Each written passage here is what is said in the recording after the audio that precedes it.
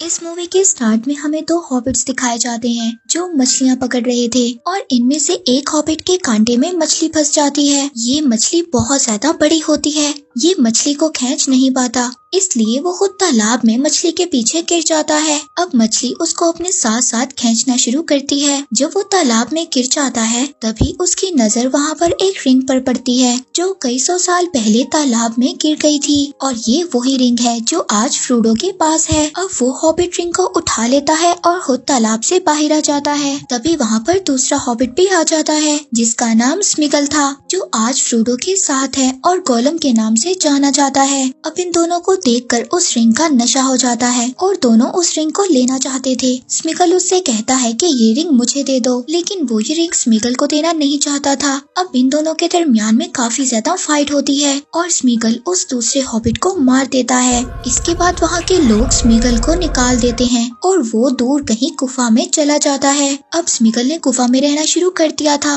और वहाँ पर रहकर वो कच्ची मछलियाँ भी खाता था। अब आहिस्ता आहिस्ता ऐसे ही वक्त गुजर रहा था और 2500 साल बाद स्मिगल बिल्कुल पूरी तरह से बदल जाता है। अब कहानी दोबारा प्रेजेंट में आती है और हम देखते हैं कि गोलम फ्रोडो और उसके दोस्त सैम को आगे रास्ते पर लेकर जा रहा है। अब ये लोग मोरडोर से काफी दूर नहीं थे। अब गोलम एक दफा फिर अपने अच्छे और बुरे मन से लड़ रहा था। अब गोलम का अच्छा दिल ये कह रहा था कि उसे इन दोनों के साथ बुरा नहीं करना चाहिए, जबकि दूसरी तरफ गोलम का बुरा दिल ये कह रहा था कि इन दोनों को मार दो। हालांकि गोलम अब फ्रोडो पर यकीन भी नहीं करता। अब गोलम ये प्लान बनाता है कि वो रास्ते में इन दोनों को मार देगा और रिंग हासिल कर लेगा। अब गोलम जब ये प्लान बना रहा था तो तभी फ्रोडो का फ्रेंड सैम उसकी सब बातें सुन लेता है। वो गोलम को बहुत मारता है, लेकिन तभी फ्रोडो उसको रोक लेता है। वो कहता है कि हम गोलम के बगैर आगे मोरडोर के रास्ते तक नहीं जा सकते। अब ये तीनों आगे बढ़ने लगते हैं। गोलम फ्रोडो को भड़काने की कोशिश भी करता है। वो ये कहता है कि तुम्हारा दोस्त तुम्हारे से रिंग लेना चाहता है। दूसरी तरफ गैंडोल्फ और उनके आदमी उस जगह पर पहुंच जाते हैं जहां पर ट्रेस ने सुलेमान को कैद किया हुआ था और वहीं पर उनके साथ एक आदमी भी था। ये वही आदमी था जिसने किंग पर जादू किया था, जिसकी वजह से किंग सुलेमान के कब्जे में था। अब गैंडोल्फ सुलेमान को कहते हैं कि तुम हमें सब राज बता दो।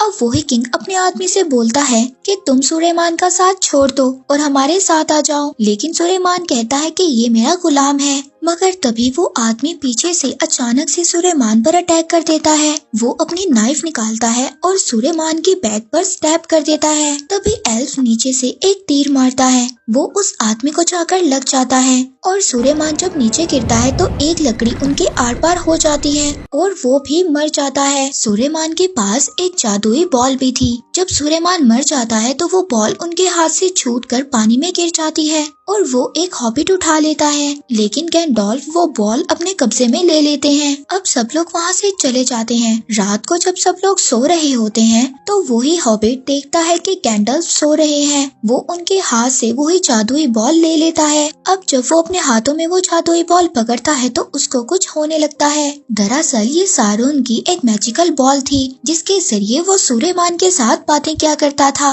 लेकिन तभी गैंडोल्फ उठ जाते हैं और वो बॉल उससे वापस ले लेते हैं और वो हॉबिट बेहोश हो जाता है। जब उसको होश आता है तो गैंडोल्फ उससे पूछते हैं कि तुमने क्या देखा। वो उनको बताता है कि मैंने एक सिटी को देखा जहाँ पर आग लगी हुई थी। वो बताता है कि मैंने सारून की जलती हुई आग को भी देखा है। हॉबिट अब उस सिटी की बात कर रहा था जहाँ का राजा एरागॉन था और सारून को एरागॉन से डर भी था क्योंकि एरागॉन के ही लोगों ने पहले सारून की उंगली को काट कर उस रिंग को उससे अलग किया था। गैंडोल्फ उन सबको बताते हैं कि सारून ये बात नहीं चाहता कि मिडल अर्थ के लोग इकट्ठे हो जाएं। अब गैंडोल्फ उस सिटी में पहुंच जाते हैं जहाँ का ड्रीम उस हॉबिट ने देखा था। वहाँ का राजा बोरोमीर और फेरेमीर के फादर थे और वो अपने बेटे बोरोमीर की डेथ की वजह से बहुत ज्यादा परेशान थे और वो अपने छोटे बेटे फेरेमीर को बिल्कुल भी पसंद नहीं करते थे। गैंडोल्फ जब उसको बताते हैं कि उसका सिटी खतरे में है तो वो किंग किसी की भी हेल्प लेना नहीं चाहता था।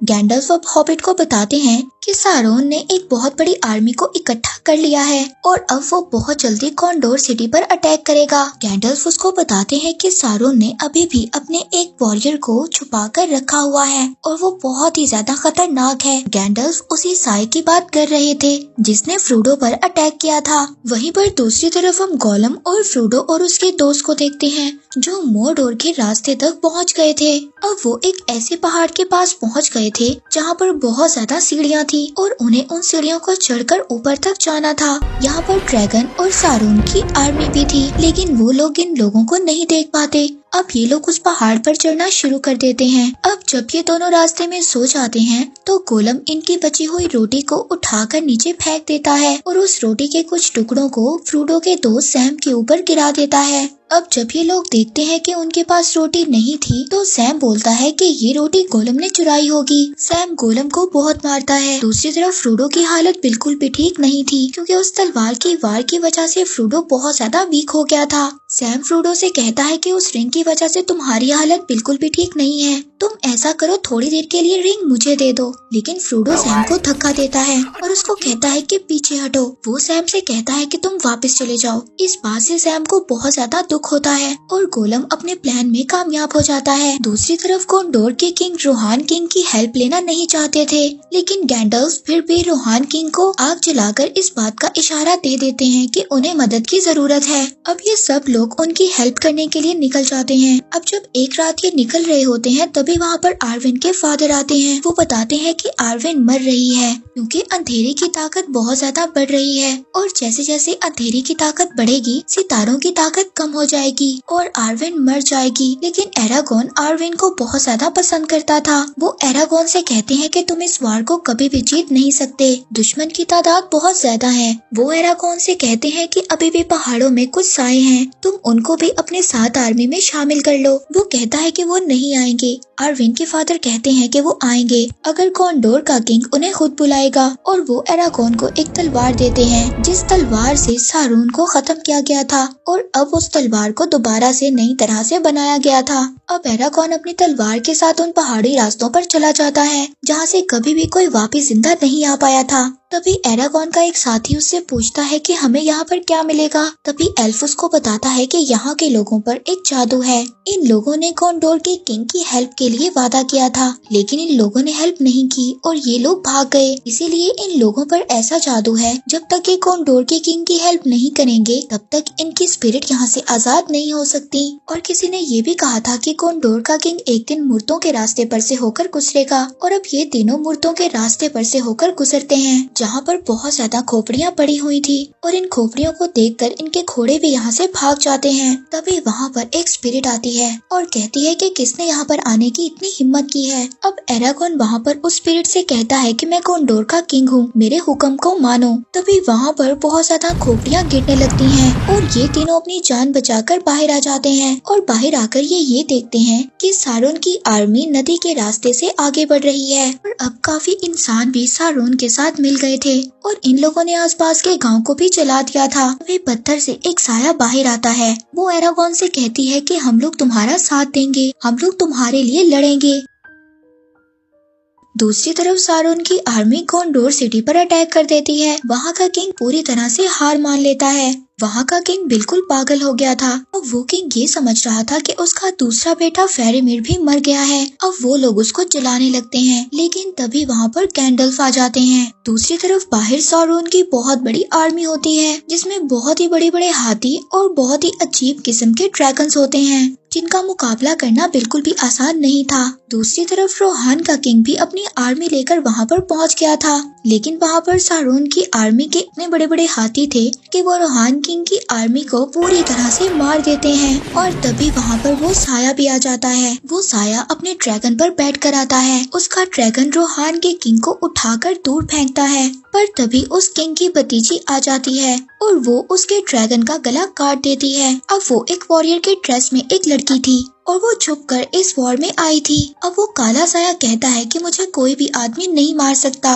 और तभी उस किंग की भतीजी वो तलवार उसके मुंह पे मार देती है और कहती है कि मैं तो आदमी नहीं हूँ और वो साया भी मर जाता है। दूसरी तरफ हमें दिखाया जाता है कि सारुन की जो आर्मी नदी के रास्ते से आ रही थी वो भी वहाँ पर पहुँच जाती है। वहाँ पर ऑक्स की आर्मी तो पहले ही मौजूद थी। वो उन लोगों से कहती है कि तुमने आने में इतनी देर क्यों कर दी। तभी वहाँ बोट में से एरागॉन और उसके साथ डेडमैन की आर्मी पहुँचती है और वहाँ पर सारून की आर्मी और डेडमैन की आर्मी के साथ बहुत बड़ी फाइट होती है और आखिरकार इस वॉर के बाद इंसानों की जीत हो जाती है। लेकिन इसी वॉर के दौरान रोहान किंगडम का किंग मर जाता है। अब रोहान किंगडम और कॉन्डोर किंगडम दोनों के राजा मर चुके थे।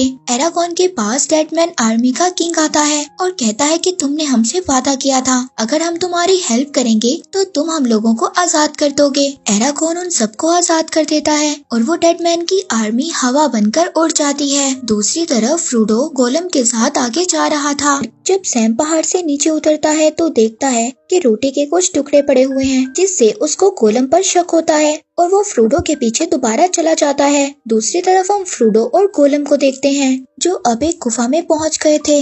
गोलम फ्रोडो से कहता है कि तुम्हें यहाँ से अंदर जाना होगा और यही सिर्फ एक रास्ता है। वहाँ पर बहुत ही बड़े बड़े जाले होते हैं। तभी वहाँ पर एक बहुत ही बड़ी स्पाइडर आती है। वो स्पाइडर फ्रोडो को मारना चाहती थी क्योंकि गोलम भी यही चाहता था कि वो स्पाइडर फ्रोडो को मार दे और उससे रिंग वो गोलम ले ले। अब फ्रोडो तो स्पाइडर से बच जाता है, लेकिन गोलम आकर फ्रोडो पर अटैक कर देता है। इसी दौरान गोलम उस पहाड़ से नीचे गिर जाता है। फ्रोडो बहुत ज्यादा वीक था क्योंकि रिंग जैसे जैसे मोरडोर के करीब आ रही थी वो फ्रोडो पर हावी हो रही थी। अब फ्रोडो जब आगे बढ़ता है तो वो स्पाइडर फ्रोडो को डंक मार देती है और फ्रोडो बेहोश हो जाता है। वो स्पाइडर फ्रोडो को अपने जाले में कवर कर देती है। इससे पहले वो फ्रोडो को कुछ करती वहाँ पर सैम आ जाता है। सैम उस स्पाइडर का मुकाबला करता है और उससे फाइट करता है, जिसके बाद स्पाइडर दोबारा से अपनी जगह पर चली जाती है। सैम फ्रोडो को उठाने की कोशिश करता है लेकिन वो नहीं उठ रहा था। सैम अब ये समझता है कि फ्रोडो मर चुका है, लेकिन फ्रोडो बेहोश था। तभी वहाँ पर दो ऑक्स आ जाते हैं। वो उठाकर फ्रोडो को अपने साथ ले जाते हैं और अब सैम को भी पता था कि फ्रोडो जिंदा है। वो ऑक्स फ्रोडो को एक किले में ले जाते हैं और वहाँ पर जाकर उसके कपड़े उतार देते हैं और वो ऑक्स फ्रोडो को मारने की कोशिश करते हैं, लेकिन तभी वहाँ पर सैम आ जाता है।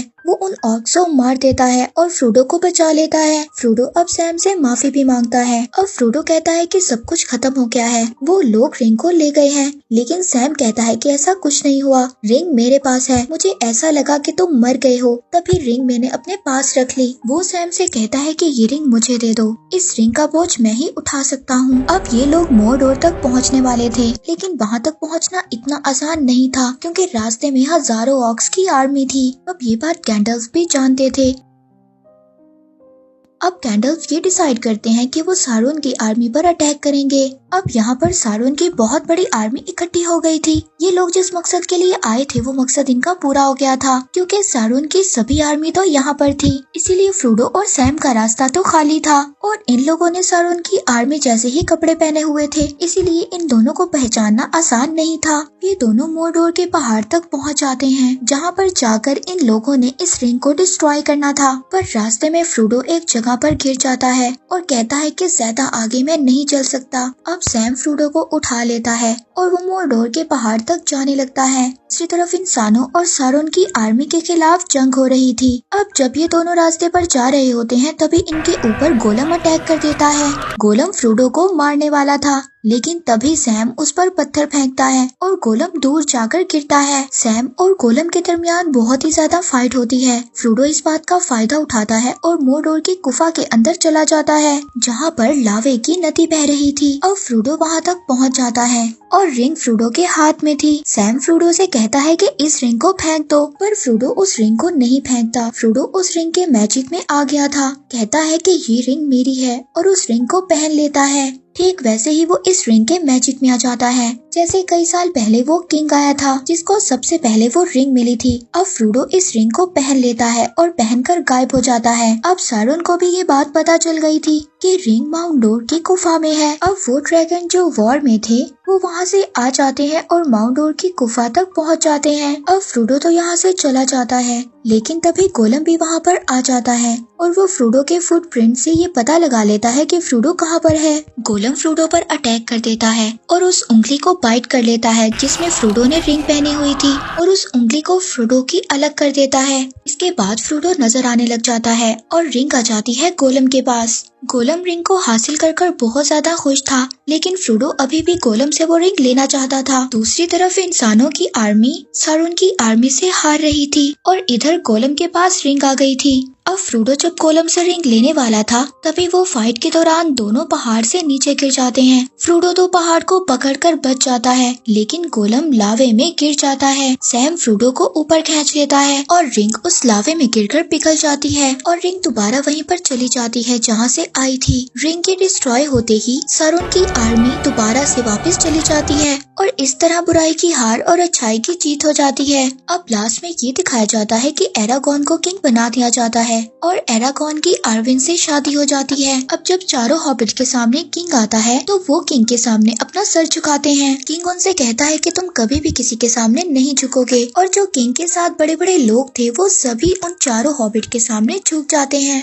अब 13 महीनों के बाद ये चारों हॉबिट्स दोबारा घर वापस आ जाते हैं, जहाँ पर सैम अब उस लड़की से शादी कर लेता है जिसको वो पसंद करता था और फ्रोडो 4 साल तक अपने सिटी में ही रहता है और वहाँ पर वो एक किताब भी लिखता है और ये किताब सारी फ्रोडो के सफर पर थी। इसके बाद वो अपने अंकल बिल्बो बैगिंग के साथ मिडल अर्थ की तरफ निकल पड़ता है। उसके अंकल अब बहुत ज्यादा बूढ़े हो गए थे। बिल्बो बैगिंग्स को एल्फ अपने साथ लेकर जाना चाहते थे। वहाँ पर गैंडल्फ भी होते हैं। अब फ्रोडो भी उनके साथ जा रहा था और वो किताब जो फ्रोडो ने लिखी थी वो सैम को दे देता है और बोलता है कि अभी मेरा सफर बाकी है और वो भी उनके साथ चला जाता है। और इसी के साथ ये मूवी यहीं पर एंड हो जाती है।